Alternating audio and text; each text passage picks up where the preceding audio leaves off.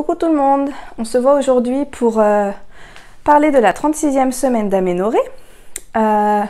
Donc cette semaine, il s'est passé quoi? Il s'est passé le retour de la fatigue. J'avoue que moi qui allais plutôt bien, qui m'arrêtait pas forcément, là c'est un peu plus dur. Mais je pense que c'est aussi parce que j'ai ma fille Abigail avec moi car c'est les vacances scolaires. Donc faut savoir que ma fille ne s'arrête jamais, donc on l'occupe, mais bon, des fois c'est un peu compliqué. Sachant que je suis pas pour la télé, les dessins animés, tout ça, elle y a le droit vraiment occasionnellement et pas plus de 30 minutes. Je veux pas que ça devienne une habitude. Moi je trouve que ça les abrutit plutôt qu'autre chose, même s'il y a des choses intéressantes. Il y a des choses qui peuvent leur apprendre, mais bon.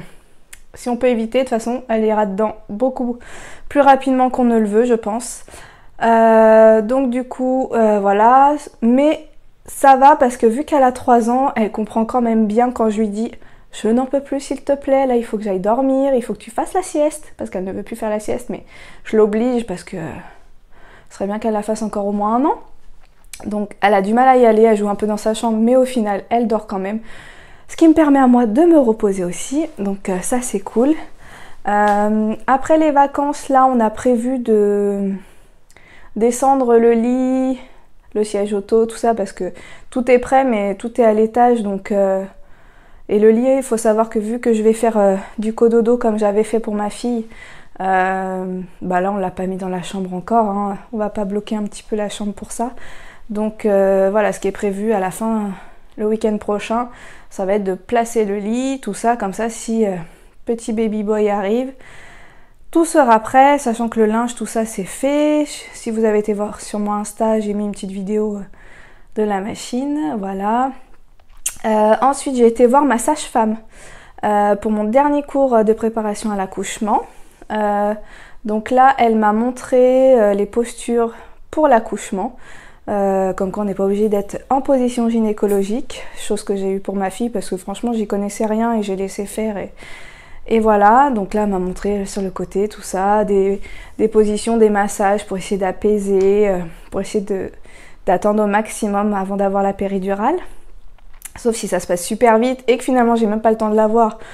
J'aimerais bien, mais bon, on verra, hein. On sait jamais comment ça se passe. Et vu comment que ça a été long pour ma fille, je me dis que ça risque de pas arriver aussi rapidement que je le voudrais.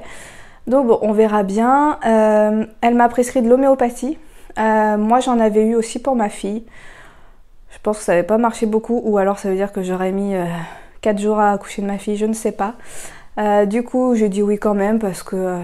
qui ne tente rien à rien, c'est pas néfaste logiquement l'homéopathie, hein, c'est plus psychologique qu'autre chose.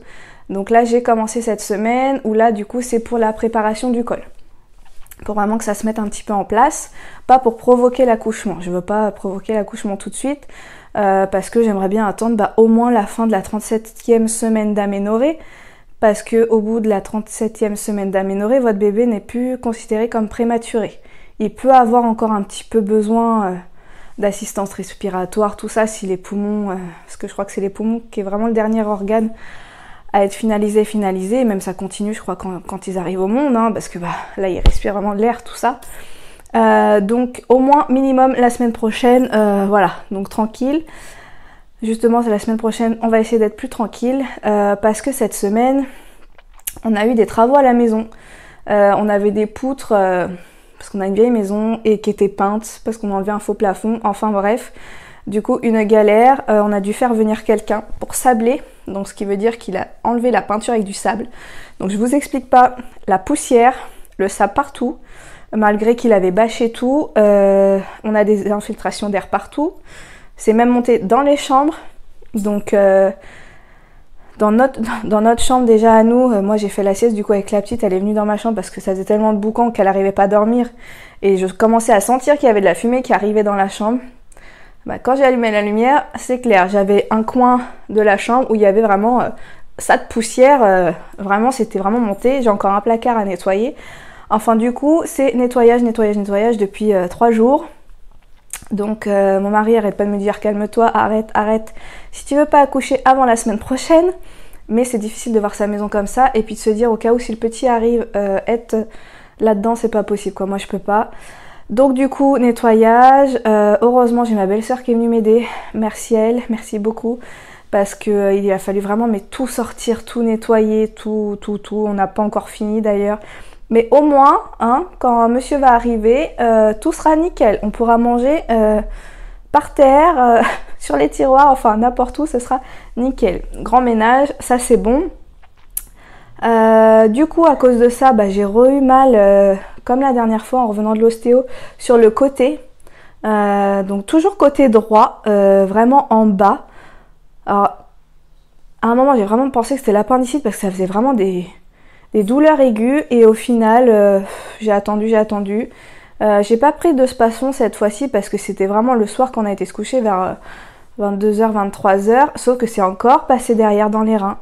Alors je sais vraiment pas si c'est des contractions parce que j'ai trop forcé ou si c'est parce que c'est le corps qui se met en place et puis voilà, je ne sais pas. En tout cas, tranquillou, repos, ça m'a quand même bien empêché de dormir. Hein.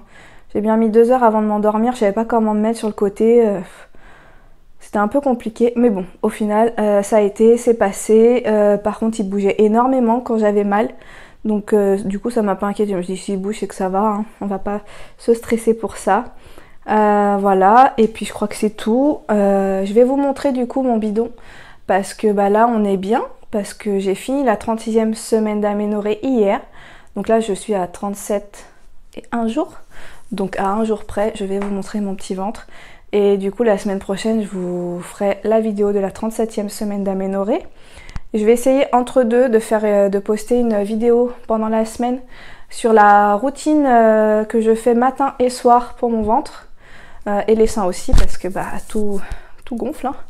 Hein. Sachant que pour ma fille j'ai pas eu de vergeture, rien du tout. Alors est-ce que c'est ma peau qui est élastique, que j'hydrate bien, sachant que en temps normal je suis vraiment pas quelqu'un qui hydrate la peau, hormis un peu le visage.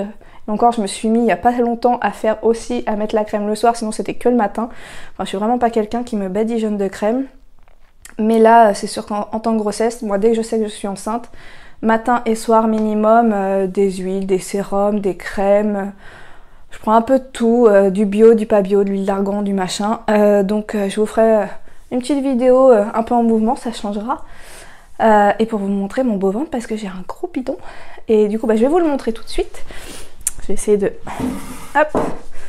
me reculer un petit peu. Voilà. Donc le bidou de la 36e semaine d'aménorrhée. Alors moi j'ai l'impression qu'il est un peu descendu parce que j'avais l'impression qu'il était un peu plus haut. Et je sentais plus ses fesses ici. Et là, ses fesses je les sens un peu plus basses. Donc bon, je ne sais pas si il est descendu ou si c'est juste le côté psychologique parce qu'on sait qu'on arrive à la fin. Mais voilà, beau petit bidon. Mais tout va bien, hein. Franchement un peu fatiguée mais tout va bien cette semaine. C'est plus un peu les remontées acides qui sont revenues aussi, malgré que j'ai l'impression qu'ils soient descendus. Mais voilà, ça va, j'ai pas à me plaindre, je peux encore marcher, ma sciatique ça va beaucoup mieux. Donc voilà, je vous fais des bisous. N'hésitez pas à liker, à vous abonner, à échanger si juste pour faire un petit coucou ou des questions, n'hésitez pas. Plein de bisous, à bientôt, bye bye.